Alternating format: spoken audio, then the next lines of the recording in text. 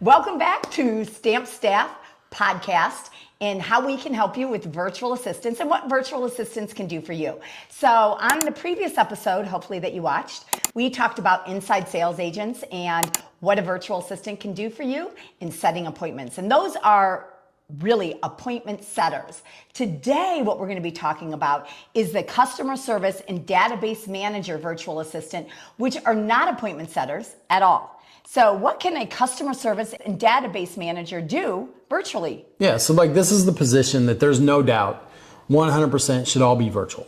You should not be taking off office space with this for it. And so what they're going to do is they'll go into your clients' inquiries, whatever else, warming up your inquiries, following up with clients that you've dealt with, past clients, current clients that are in the process of it. So whatever it is, and they're getting in your database. So can they save you one extra deal a month that would have disappeared, where it would have just fallen through the cracks? Because the salespeople are going to go after, understand the process. The salespeople are going to go after the low-hanging fruit. We know that. They're not going to be the ones who, the longer-term prospects that are going to take 90 days, 120 days, a year. They're not going to get it. That's where this customer service comes in, because we know that's where the money is long-term follow-up. So that's a good point. So when you're hiring an inside sales agent, and that is an appointment setter, usually the first person that you're going to hire to do that is going to have an aggressive personality, or we want to call a high D personality, with some social, high I. So a high D, high I, or high I, high D, if you know your personalities, that's what we're looking at for a appointment setter. For a customer service, somebody who is more responding to customers, following up, that is going to be a more S and C personality. So they're not going to be your aggressive appointment setters, but they are going to be people that are used to talking to individuals, responding to customer inquiries. Very conversational. Whereas they're not a hammer. They're more of a bringing them back and forth, bringing them in, kind of getting them, as we say, warmed up. They're making them find out if there's a hole, where's the hole happening here in our business, so we can patch it up, as opposed to it just continuing to leak. And they can identify customer complaints. They can pass them to the person who needs to handle the complaint. They are following up with leads in the database that haven't been followed up with for probably a very long time, if not at all. That's where we talk about getting in the database, because your database, if you've continued to get leads, you have money in there that you're not touching. We're going to spend the money, but it's going to be a competitor or wherever else. With this, can we save some of those that we can bring back to them? When you're only dealing, if you aren't over, or if you're not producing enough leads, this isn't going to be an issue. But as you produce more and more leads, think about it, produce 100 leads a month for 12 months, that's 1,200 leads. You're not following up with 1,200 leads. And then they can also be responding to live chats. So if you have live chats going on online, they can be responding to those.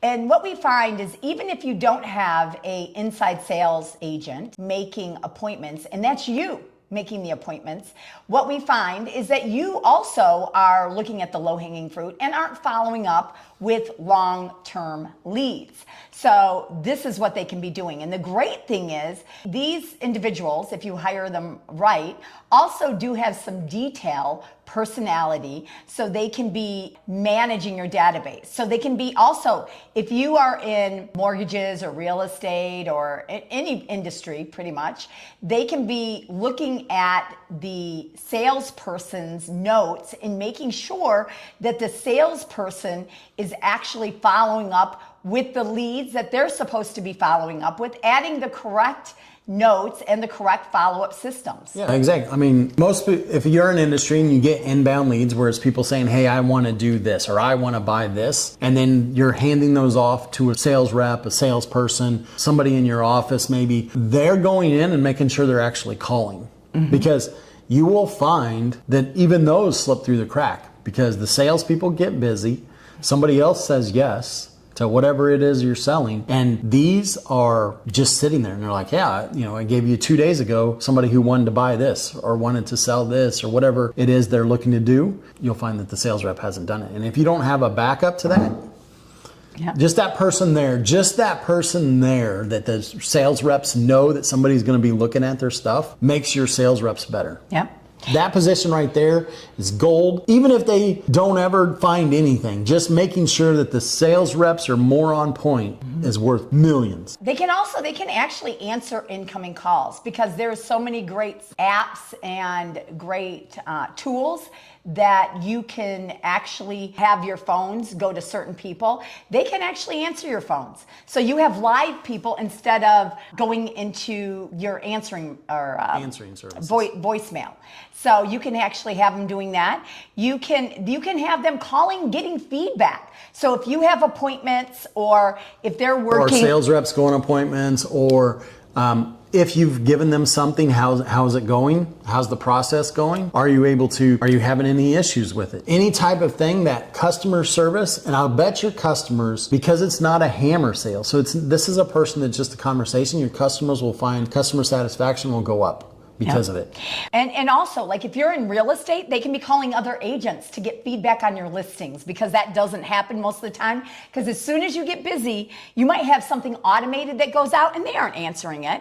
So you really need to bring back what other agents are saying about your listings, let's say, and so they can be calling and getting the feedback so you can give it to the seller. So this is a very important position that can also be doing that. Let's say you have open houses. They can call back and follow up. Or if you're a mortgage lender, they can call to get, because you need paperwork. Yeah, you need paperwork, plus you got to give your blood, plus you got to give your firstborn. Like now with mortgages, you've got to give everything. Well, they can call and do that for you. They can say, hey, we need your W-2s, we need your 1099, we need your tax returns, hey, have you filed them for this year? Then we need a copy of the extension. Do we need the profit and loss? They can call in that time, because that's really what they're doing, is they're getting time for them. And then if you're a mortgage lender and they put in an application but they don't have a property, well, are you the one following up with them to see if they've found a property, that they've submitted an offer? Because what happens is you give them a pre-approval letter and then you kind of forget about it. They may have submitted 3 other offers. Well, they can be calling, hey, how's your process going? Have you submitted an offer yet? Yeah, we did. To do it, we're actually hoping to be under contract in the next 24 hours. Awesome. Well, let me let the loan officer know. We can work up a new approval letter. We can start the process, get it going. To save that extra time, because as you know, a lot of loans aren't closing on time. Right. You want to make sure that this process is sped up. Any industry can do it. Animal hospitals, veterinarians, biggest thing. Hey, people come in, hey, my dog's sick. Hey, can we set up an appointment? How you want to do it. Every industry should be having this, and it should be virtual. The other thing is like customer service issues. So like if they're following up, for example, with a real estate agent and they're following up with the customer. So when's the last time you saw homes? Are you still planning on Are you still planning on buying a property by February? A lot of the time what that's going to do is, number one, it's going to hold the agent accountable because they are going to know that somebody's following up with them. But also they are going to say, no, I haven't heard from the agent in a month. Or, no, our plans have changed and we're looking to close or to buy a property by April or May or whatever it is. But this identifies different things, and it also identifies if there's issues. And I'm just giving you an example, but this is any industry, any follow-up with any type of salesperson or customer. Like I said, handling feedback. So that's pretty much in customer service. Let's talk about your database. Everybody should have some type of database. Yep. Okay. No matter the industry, you should have something. And in the database, there should be, first of all potential clients, past clients, leads. Perfect example of going into the database. You've talked to them, your sales rep, somebody's talked to them, hey, I'm going to take some action, whether it's buy something or whatever else, in 6 months. Who's going to follow up in 6 months? Is the sales rep? Hopefully. Well, you can't count on it. Can't count on it. But if you have somebody in the database, they're going to be like, hey, you were supposed to call Susie in the 1st of June. Yeah. Well, what this does, if you are not real busy and don't have a lot of leads, the inside salesperson may follow up. But if you have an aggressive inside salesperson and you have a lot of leads, they are definitely not the person that loves to follow up with potential customers long term. So this is definitely where your customer service is going to jump in. And what are they going to do? They're going to identify hot leads that they can either give to the inside sales agent, or they can give to you as the manager or owner. So they're not going to actually make those appointments, but they're going to identify hot leads within your database where they're ready. Whoever's going to call is what they're going to go in to do. So like they're going into your CRM, they're finding out where, hey, What is a CRM?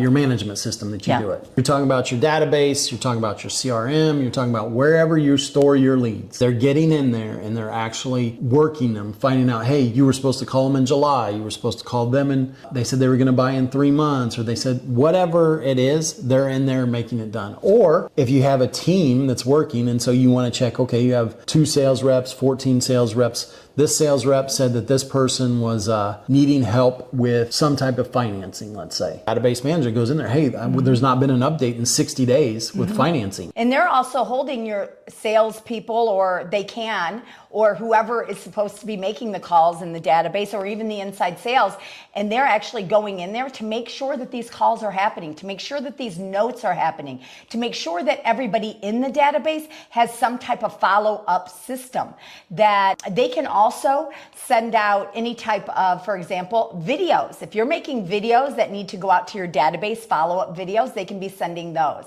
They can be finding people, let's say, that have already worked, now they've already worked with somebody else. Somebody else has followed up better than your team has, and now they have actually bought or gone through a different company, and they can identify those people. They can do the tracking for you. Yeah, they help you identify. So where are the leads coming from? Okay, well, in December, we got X amount of leads from Google. Well, all of a sudden this month, we're not getting as many. So if you have somebody else running your Google pay-per-click or whatever your Google services are, like they can help you identify, hey, like we've had a drop off. Like, you know, last month we got 100, this month we've got 25. And if you get quite a few leads, you really don't want to pull your inside sales agent away from doing customers or to do customer service. So a lot of database, you don't want them doing database. Right. But a lot of people that don't have a lot of leads and really don't have as much for an inside sales agent, they may mix the two a little bit, but as soon as you have enough leads, you don't want to mix that at all. They're two different positions that are needed within a company that you want to make sure that you identify exactly what they should be doing, who should be doing what, responsibility. But this is also where you can find out when we were talking about the inside sales agents, and once they make the appointment, a lot of the time the manager or the person who owns the company still thinks that the inside sales agent should be the one that's responsible for the closing of the deal, which is not. It's the salesperson. And they're really, once they've made that appointment, it's shown up, usually they're done with their part of what they're doing. They've done what they're supposed to do. The follow-up and everything else is done by somebody else. And still the team leader wants to make them the ones who are responsible for the closings. Well, this is where a customer service person can come in and actually do some of that follow-up, making sure those notes are in there, following up to make sure somebody's working with them and not having holes, as we would say, in your system. The customer service can really look at that. So you want to define roles, responsibilities, you want to do training with them, you want to do also scripts with them. You want them to learn how to work your database. What are your expectations? What's your follow-up? How long? Depending on if it's a person who is ready to buy maybe next year, or maybe they aren't ready to buy for 2 years. What kind of follow-up systems do you have for them? What should the customer service be doing? Can they be answering phones, calling back people? Can they be identifying potential issues? You know, running your database and your customer service systems can be done by this person. And I feel that it's a really important person in your company. Yeah, there's two of them. So customer service database, or you combine them to both where they're both doing both. It's definitely a position that you have to have, and you really shouldn't hire locally or in-house or whatever you want to call it. It should all be done virtually. Like this position right here, 100% should be virtual. How do you monitor them and communicate? You've got it in different ways. You've got Google Chat, but there's companies that you can track how they're doing it. But in terms of going in there and seeing, you can see what they're doing. The start of the day, the end of the day, you have meetings with them. You bring them in as if they're on their team. So they're going to have when you have your monthly meeting or weekly meeting or whatever it is with the salespeople, like, okay, here's what I found. You know, we had 10 leads that needed to be followed up with. We're getting the sales reps on it, that they're helping the salespeople make more money. So that's how to sell it to your salespeople is they're helping you make more money, because salespeople are on commission. Like, this person is just here to help you in case you forget something. And with these customer service too, if you can in your state, you definitely want to be recording the calls so you can listen to them. That's a way that you can also hold them accountable. Future episodes, we are going to talk more about accountability and tracking and different tools that you can use and everything like that. But a customer service person virtually, and I like to use the customer service and the database person as one until you have enough business. A lot of people want to use an inside salesperson first, okay? Because I do not think that you can use a part-time inside salesperson. They cannot confirm appointments. It is very challenging. So I think that your inside salesperson has to be full-time. So a lot of people, if they don't have enough leads, they may mix the inside sales with the customer service and the database person. If they're an aggressive inside salesperson, they are not going to be that detailed. Just know that when you're hiring them. But this is definitely a virtual position that is not hard to train, hold accountable, and make a big difference within your company. Hopefully you got a couple tips today on customer service and database. On our next episode, we are going to be talking about your general administrative virtual assistant. See you then.